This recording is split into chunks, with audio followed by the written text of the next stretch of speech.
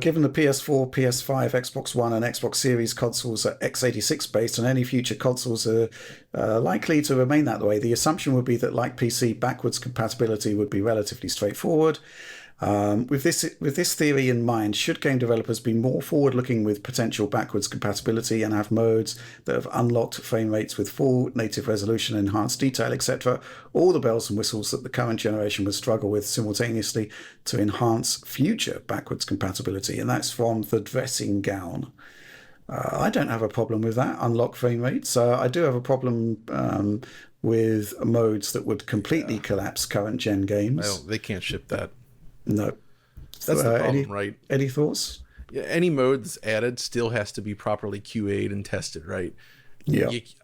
There's no way they'd be allowed to put in a mode that effectively cripples the game, right? Like that's not going to fly with anyone. That won't happen, I don't believe. But there is an argument for unlocked frame rates, right? That's the one that I think absolutely should be in there. Just have that option in there. Especially now, right? Even now, because of VRR, you could still use it and it would be fine enough. And, you know, if you allowed, like, say, 120 hertz output with unlocked frame rate, that would be extra cool, because then, you know, presumably a more powerful machine could actually go all the way up to 120 frames per second. That stuff I could totally see in there. And maybe, you know, you could have frame rate cap and resolution be like two toggles, where it's like, you know, you could actually like do a high res rendering with a lower frame rate, or you put them both on and you have the high res rendering with an uncapped frame rate, and that would like be good for a new machine, but maybe run not the best on the current one. But then, of course, you know, just boosting res on a current machine, you could run into other issues with memory there and other problems. So again, difficult to say if it's shippable. Dynamic res would be the solution to that, because then the new hardware would just tap into that automatically.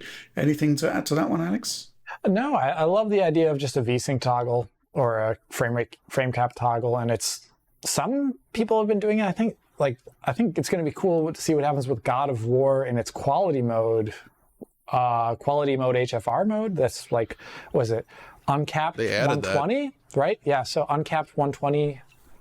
Maybe the next PS6 will run it at 4K 120. I don't know. That's interesting. I like that. But the other thing you said, like, it's really hard to imagine. One, there may not even be enough memory in the current machine to actually have it running. If it means toggling on like a bunch of ray tracing stuff, maybe there's not even enough memory to do that. So it's probably not feasible.